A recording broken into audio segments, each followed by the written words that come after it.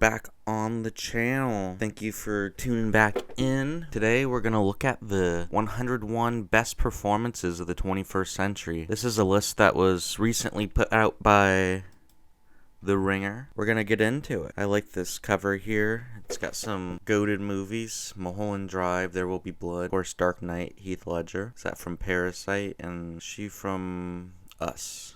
One nomination per actor per movie. These are the most nominated actors per role. So you can see Denzel and Philip Seymour Hoffman are both leading the pack with 8. That's tracking with who's the best. Leo's close behind with 6, and Emma Stone and Michelle Williams, most nominated women on this list. Look at everybody else. There's a couple names that I don't quite recognize, but I'm sure I'd recognize them when I saw their face and what movie they're in. Let's keep on going. Only 13 Oscar wins on this list. 29 nominations and 59 other. So this kind of shows that maybe the best performances don't always get recognized. Who knows if we agree with this list and what is the best performances. Entries in the top 101 by year. 7 in 2000. That was a big year, turn into the century. 2 years with the most nominations are 2016 and 2017. No surprise there, to be honest. That's when I started watching all the Oscar movies. That's when I really started broadening my film taste. Out of all the years to do it in this century, that's the time. There's some years with only one, 2024, 2025, but who could say compared to things that we have more retrospect on, like the early 2000s. Also 2015, that's interesting, one film year. Let's look into it. Let's get into the list. Kevin Garnett as himself in Uncut Gems. This was a great performance. It was a combination of archival footage from his basketball games as well as bidding on the Uncut Gem itself. I think he really killed it in this one. Ben Affleck as Nick Dunn in Gone Girl. You're actively kind of questioning him and not trusting him as a protagonist or main character. He's a bit morally questionable. Zac Efron in The Iron Claw. This is one of the few ones from the recent couple years. Zac Efron's performance in this is amazing. If you watch this and you don't shed a couple tears, what's wrong with you? This is a true story about a wrestling family and see what he has to deal with. Keke Palmer in Nope. She's the one that carried this movie. Daniel Kaluuya had a very subdued and stoic performance while she gave all the energy. No fault to him, but I don't think it was one of his best roles. For Keke Palmer, I don't know anything that she's better in. She really killed it with this performance. Rachel McAdams as Mean Girls. I feel like this is just a reference point in school, and like it's all because of her. She is the mean girl until she gets clapped back by Lindsay Lohan, of course. Robert De Niro in Killers of the Flower Moon. It's been a long road of collaboration for Martin Scorsese and De Niro, and this is a great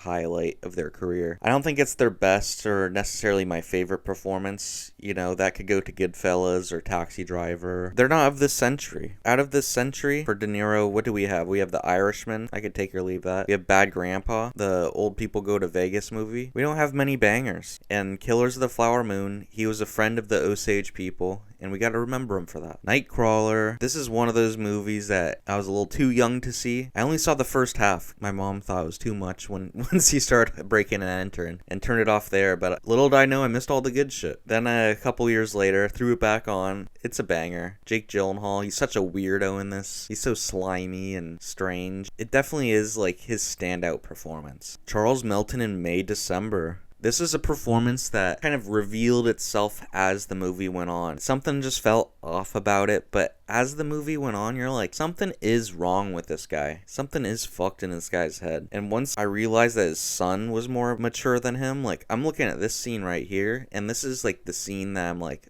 oh, this is an interesting performance choice. It might have slipped through many people's radars, but this one was a banger, and it's definitely worth checking out. The Departed. Mark Wahlberg, he's a bit of a controversial guy these days. What he does in The Departed is he just channels all that Boston energy, all that rage and clapping back and, you know, dirty jokes. Makes into a person with power, and it's a real fun performance to watch. I did not see this movie, Little Children, but Kate Winslet is great. For me, I'd pick Kate Winslet in Eternal Eternal Sunshine. How amazing of a role for her. Another movie I didn't see. I gotta check these ones out. The Beast. This was a movie I've been meaning to watch. It's on the Criterion channel right now. I think it's like a Criterion exclusive. Léa Seydoux is great. She's been popping up recently, and she's in the Death Stranding game too. I owe this one a watch for sure, especially if it says it's her best performance. Bill Murray in Lost in Translation. I'm not the biggest fan of this movie. I think Bill Murray is better suited to comedy, but he definitely does play a good burned out, isolated, sad guy. I would have picked more comedic role, but off the top of my head, all of his comedic roles that I love are from the 80s. So maybe this is his best performance of the early 2000s. In Bruges, here we go. Now we're talking. Colin Farrell. He's just a national treasure. Not national. He's not even American. He's a worldwide treasure. And In Bruges really painted that for me, where he plays a hitman that really fucks up. It's just an existential purgatory of a movie that is also just hilarious, and it all takes place in Bruges. I went to Bruges just because of this movie. Simon Rex in Red Rocket. A lot of assholes on this list. He's a porn star that his road ended in LA, so he's going back to his small town in Texas. But nobody wants him there. He left for a reason, and they don't want him back.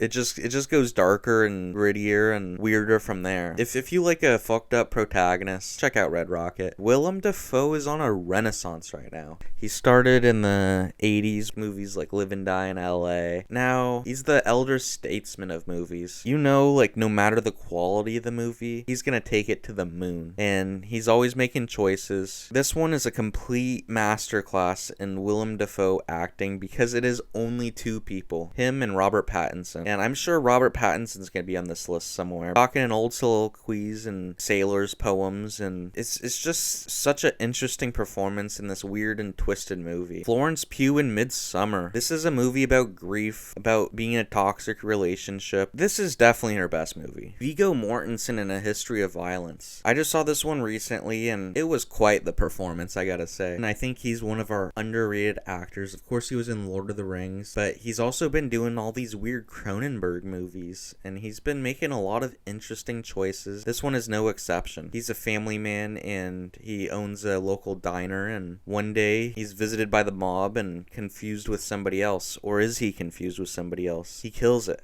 He literally kills it. Ryan Gosling is Ken and Barbie. This was a fun role for sure, but I don't know if I'd say it's Ryan Gosling's top role. His most amazing performance is A Place Beyond the Pines, personally, where he gets all tatted up as a motorcycle bank robber. My hot take about Barbie is that it's too Ken focused. Everything is in relation to Ken, like, taking over Barbie Land, and he's kind of like the villain, and I don't know about that. Girls Trip. This is a movie I did not see, but Tiffany Haddish, she's a great actress, and I'm sure she kills it in this. Worst Person in the World. I haven't seen this either. I definitely want to check this one out. Eternal Sunshine of the Spotless Mind. I was thinking this would pop up, but not for Kate Winslet. It's for Jim Carrey, the down and out lonely lead of this. I think it's a really interesting portrayal of loneliness, and a very interesting sci-fi concept of erasing somebody from your mind. Jim Carrey was just the man for the job. There's some like meta contextual watching where we think of Jim Carrey and we think of the goofball. Now he's the philosopher, but back then he's just the goofball. He's Ace Ventura. He's all these characters. He's Dumb and Dumber. Just seeing this other side of him feels deflated as a person, and then there's something missing. Something missing is Clementine, and that's because he erased her. Babylon, an underrated masterpiece for sure, about the silent era going into the talkies, and we're still in the talkies, and I'm doing a talkie right now. Check this out. Babylon. Have not seen this. Bridget Jones's Diary. Haven't seen this either. Nope, haven't seen it. Michael Fassbender. I have not seen this. Call me crazy, but I wasn't that big of a fan of this. I just didn't get it. You know, it was very nice to look at. Lots of beautiful images, but I never connected to the story. It just felt like kind of low stakes to me. Melissa McCarthy in Bridesmaids. This is where she came on my map. The funniest new voice in comedy. I just remember the pooping scene where everybody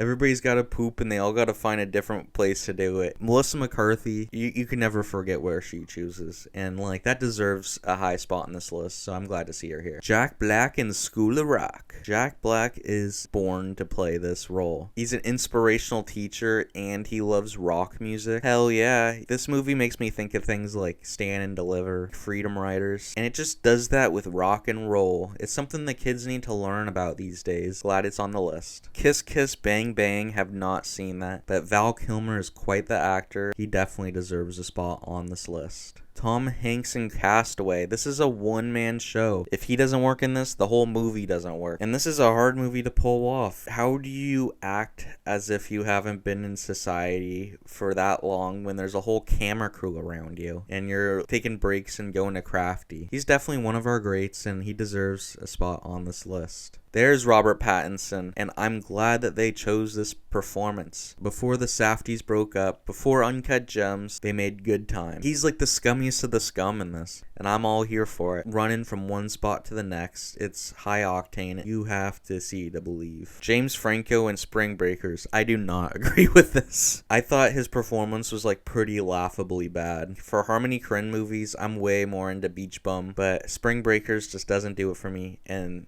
James Franco's performance in this doesn't do it for me at all. First Reformed. Want to have an existential crisis about climate change? Check out this. This is Ethan Hawke. Plays a priest that finds out about climate change and decides to do something about it. Uh-oh. What could go wrong? Very dark and grim movie, but it's the modern day Taxi Driver. It's a guy drinking Pepto-Bismol and rum, looking at rabbit holes about climate change and going crazy. Is this one cheating? 2 roles for 1 character. It is 1 movie. This was my favorite movie of the year so far, so this definitely deserves a spot on the list. Smoke and Stack. Let's do it. Sinners. Go check it out. It's a fun watch. Seen it 3 times. My most watched movie of the year so far. 3 times. Whoa. I saw Call Me By Your Name when it came out, but I don't really remember it. I didn't quite like it at the time, but it deserves a revisit. Dancer in the Dark. I know that's Lars. LOL. Lots of Lars. You gotta be really emotionally prepared for Lars von Trier movies, because you don't know if it's gonna be like the most dark and fucked up thing or the most like sexually fucked up thing. It's gonna be most fucked up thing in one extreme or another. Enter with Caution. Lady Bird. She's the mom, I think, in Lady Bird.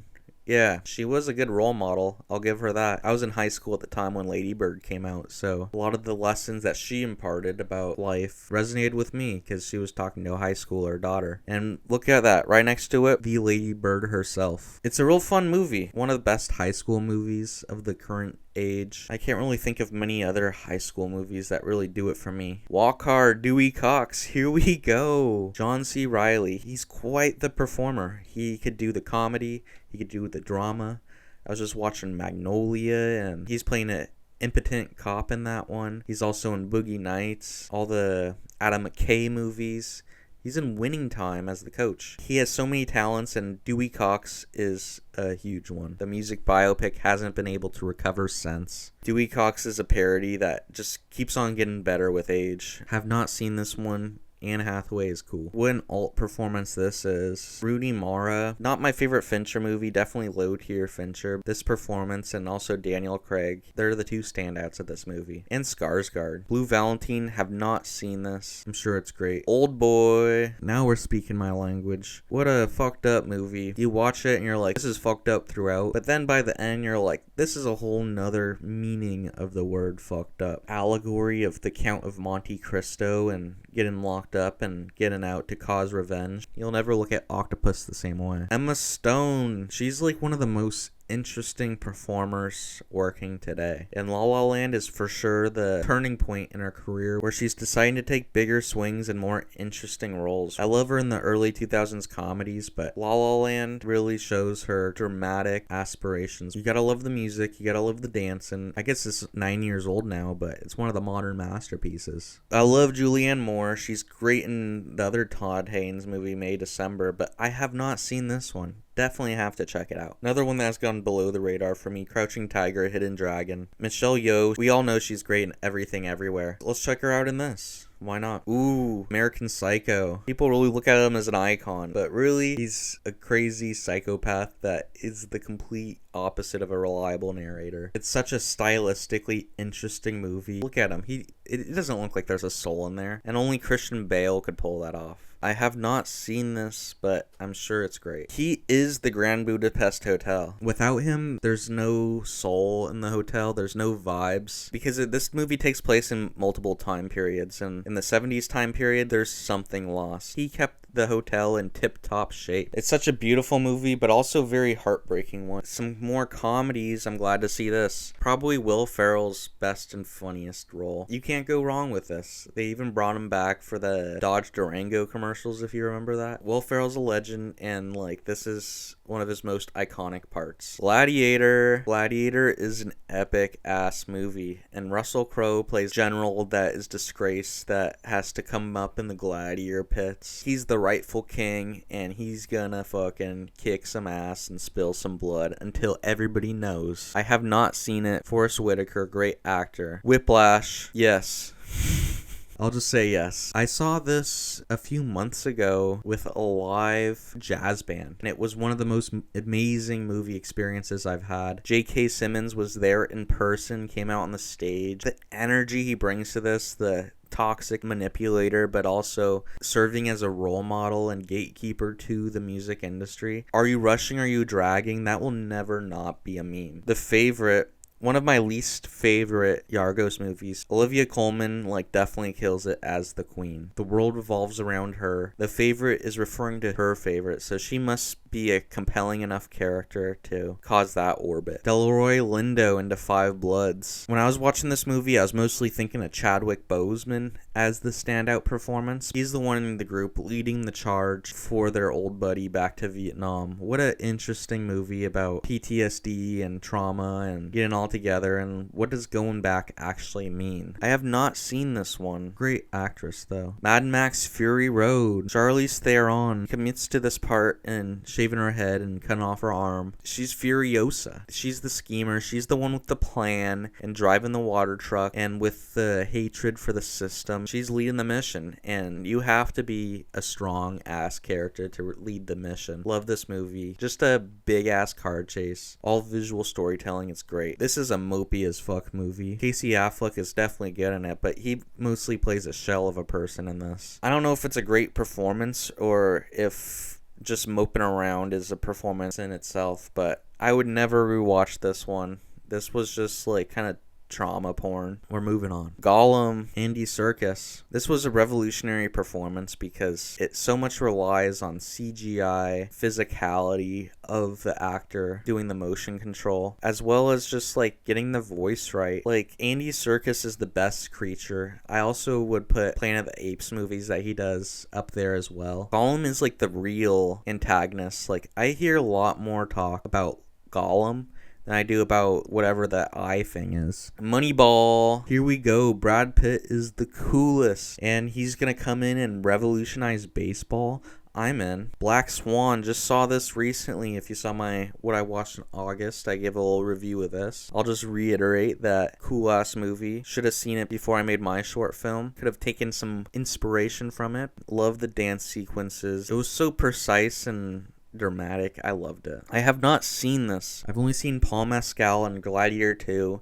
I didn't think he quite filled Russell Crowe's shoes in that. But then again, I don't know if Russell Crowe would do a little indie like this and kill it like him. So definitely on the watch list. Definitely have to check it out soon. Nicole Kidman in Birth. This is a weird performance. A movie by Jonathan Glazer, who did Zone of Interest and Sexy Beast. I hope Sexy Beast is on this for Ben Kingsley, but maybe he'll get Gandhi. We'll see. Nicole Kidman is convinced that her husband turned into a little boy, and she decides to keep on loving him, no matter his body, even if it makes her a pedophile. It's a strange ass movie, and I don't know if I'd necessarily recommend, but definitely the performance is a choice, and Nicole Kidman is always great. Julie Dempsey, Before Sunset. This is the reunion after Before Sunrise. I think Before Sunrise is in the 90s. I wonder if that would have gotten the slot over this, but this is just as good. I've been to the Shakespeare & Co. bookshop. It's now one of my favorite bookshops in the world. If you ever make it to Paris, go check out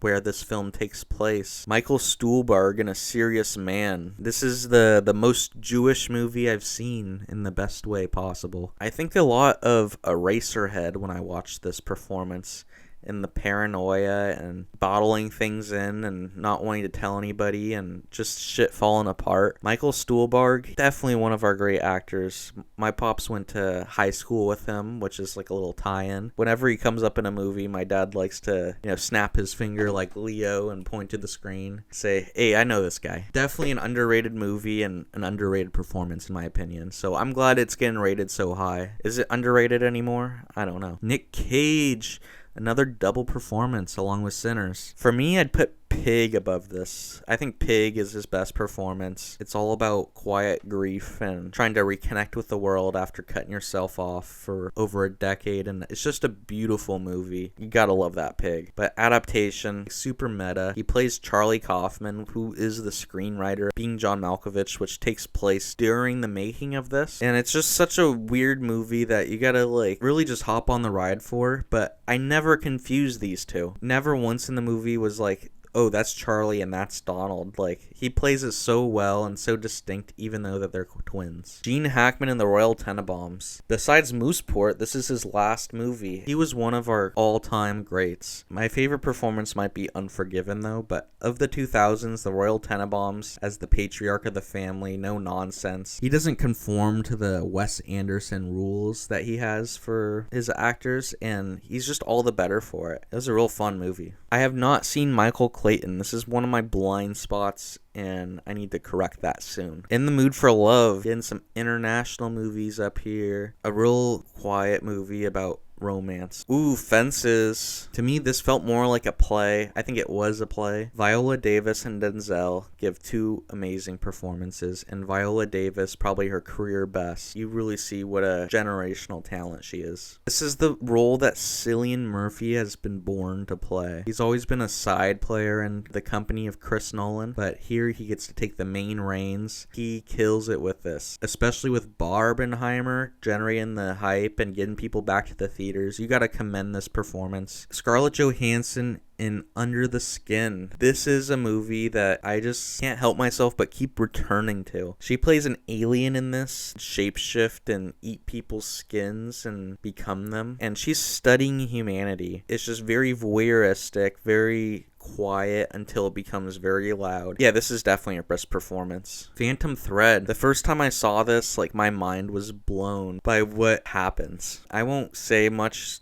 so I don't spoil anything. She becomes a very interesting character towards the end, and it makes you rethink her whole performance and her whole character. The Gone Girl herself, Amazing Amy, she's gotta go 27. The cool girl monologue alone makes this one of the best performances, especially those opening and closing shots of her just looking into the camera. You start to feel something. It's that kind of Hitchcock thing where it's the same shot, but depending on what comes before it, your interpretation of it is completely different. Kill Bill. Here we go. Uma Thurman taking revenge on the world. They're playing this at the Vista, the whole bloody affair. Super hyped on that. And Uma even has co-credit for creating the character of the bride because of how much she put into it and her collaboration with Tarantino. You couldn't have done that without her. Ooh, the other half of In the Mood for Love. I gotta rewatch this one again. It's been a long time. It was for sure great. I kind of like 2048 a bit better, or 2049, or what was that one called? It's kind of the unofficial sequel to this. More sci-fi. It's got more things I like in it. Michael Clayton himself, George Clooney. Again, I haven't seen this. I love George Clooney. I've been hearing it's his best role for ages. Need to check this out. Lily Gladstone in Certain Woman. For me, Killers of the Flower Moon for Lily Gladstone, because she stole that movie. She was so good in that. But if you're telling me that this performance is better, I'm definitely gonna check this movie out. The Devil Wears Prada. Kind of like J.K. Simmons, you have Meryl Streep as the overbearing boss that's uptight and her way or the highway. And she's the unofficial mentor, but also nemesis of our main character. And it's hard to pull off both nemesis and mentor at the same time. And Meryl Streep, she does it with flying colors. The Piano Teacher. This one is a fucked and weird movie. It's all about getting horny and not knowing how to cope with that. And it's very awkward, and I don't quite understand it all that much, but I can't say it's not a performance for the ages. It for sure is. Here we go. Us. Another split performance. This is the third 2-character, 1-actor performance in a movie. When I saw this, I was in Santa Cruz, where the film takes place. Very hyped on that. It does not make sense at all in terms of logic or anything, but the emotions are there. I'll give it that. For Jordan Peele, I'd rank Get Out, Us. Nope. Inland Empire, another dual role, or is it 3 role, or 5, or 6, or how many roles does Laura Dern play in this movie? I don't know. What I do know is that when you get a great actress and an interesting director and just put a camcorder in their hands and make them neighbors, they could pull off the impossible. I don't know what's more impossible, how great her performance is, or how ununderstandable this movie is. Uncut Gems, here we go. Adam Sandler. For me, it's between this and Punch Drunk Love, but Uncut Gems is a great pick. Interesting how the Safdie brothers turn out the best performances from both Robert Pattinson and Adam Sandler. Quite the feat. Let's see if they could do the same with Timothée Chalamet and The Rock Johnson coming up this year. 2 Safdie brothers, rival movies, but they're still brothers. I hope they're good. Daniel Kaluuya in Get Out. Here we go. We were just talking about Get Out. It's funny. It's strange, it's surreal, keeps you guessing the whole time. Get in for Get Out. Hereditary, I knew this was going to be on the list. Ari Aster's debut, Toni Collette's performance in this, whether it's the grieving meetings in those circles with the long monologues, or the I am your mother scene, her chopping off her own head, all of it is amazing. It couldn't have been done by anybody else than Toni Collette. She's a great actress. Inside Llewyn Davis, I'm kind of surprised this one is so high up. Another asshole going about role. He's a musician at the cusp of the beatniks, the folk boom. He could just make it. He's got the talent, but he doesn't have the empathy. He's just an asshole, and his only friend is this cat. He's couch surfing, he's running out of couches, and it's quite the adventure. Of course, how could you not put this on the list? Tarantino said if he couldn't find a Hans for this movie, he was not going to make it. He was on the acting hunt forever, couldn't find anybody, but just kept on looking. Christoph Waltz came across, and this is his breakout role. Between this and Django, Christoph Waltz is a legend. Leo, of course Leo. Wolf of Wall Street, hyped on this one as well. So many of these are assholes with a power trip. That seems to turn out the best actor performances, at least on this list. Best assholes turn powerful. All evil with no ramifications. Even when he goes to jail, it's chill. The real commentary is on us for enjoying it. Or is it? Because movies are made to be enjoyed. Who knows? The real guy's gotta fuck off for being so annoying on social media. Look at this scene. Who could play being on lewds better than Leo? He's like not moving his face. He's dragging herself. He's driving. Somehow he got home perfectly fine. Moonlight, I need to rewatch this. I only saw it when it came out. Mahershala Ali is an all-time actor. Moonlight is one that still gets talked about even this many years later. La La Land or Moonlight, what do you like? Parasite, heavy hitter. Song Kang-ho has worked with Bong Joon-ho for many films. He's like one of the most accomplished actors in South Korea. It's for a reason. It's because he just turns out the best performances. He provides for his family, but he also isn't afraid to get his hands dirty a bit. And his family's not afraid to get their hands dirty because of him. He sets the tone and everybody else follows, and it's a great performance. Melancholia. This was the better version of Don't Look Up. They're sitting around waiting for a meteor to come, and everybody's freaking out except for Kristen Dunst here because she's clinically depressed and feels a weight being lifted off of her for the impending doom. She's the most chill out of everybody. The Master, Joaquin. We must be seeing Philip Seymour Hoffman on this list soon as well because he hasn't popped up. Joaquin like alters his walk for this, how he moves his mouth, how he talks. He just alters everything. He's such a strange character, and I can't even begin to describe him. Go watch The Master. Jesse Eisenberg as Mark Zuckerberg in The Social Network. Mark Zuckerberg is one of the most powerful people in the world. Jesse Eisenberg plays him like an asshole.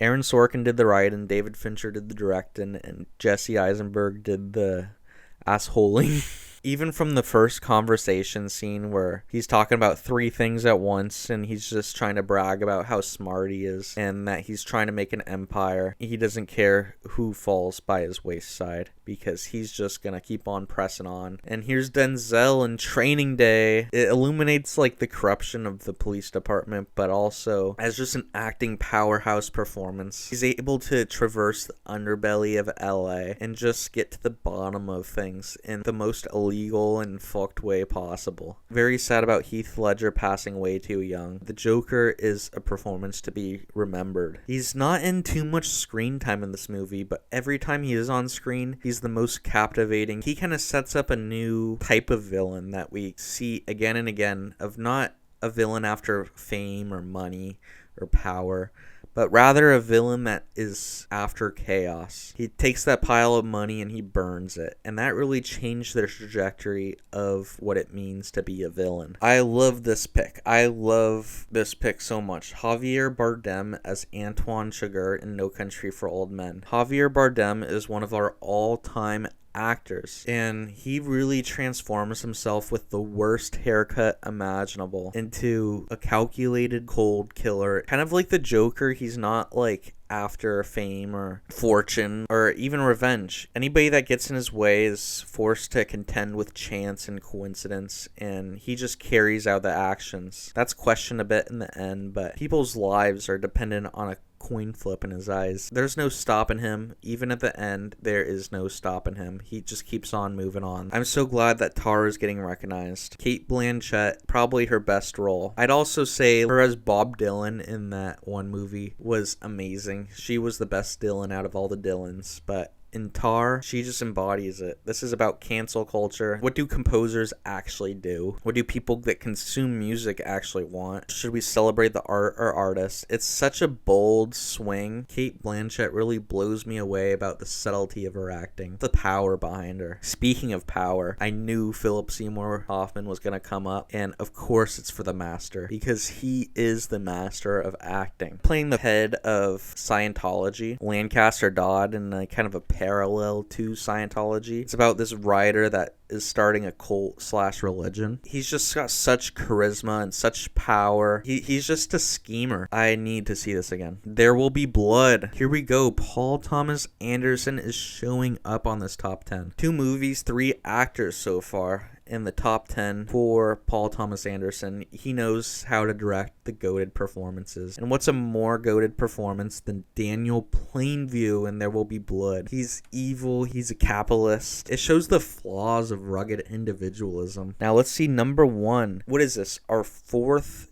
dual role? But it's much deserved. It's Naomi Watts in Mulholland Drive. This movie is trippy. This is definitely a role to be remembered. She plays a bright-eyed, starry-eyed new actress coming to LA, and it's just about her downfall, kind of in the Marilyn Monroe type of way. It's how Hollywood chews people up and spits them out. It's not told through one character, but 2. There's different lives that live within us, and this really brings it out. What are our fantasies compared to what is reality? Are our fantasies more real than reality? These are all things that are explored by her character in Mulholland Drive. And that is the end of the list. What did you think? What are some actors that did not make it onto the list, or actors that did but movies that did not? I think this is like a pretty genuine list, and I don't think my list would differ too much besides the movies I haven't seen, of course, but these are just recommendations for me to explore further. Let's keep on watching movies and let me know what your favorite of this list is.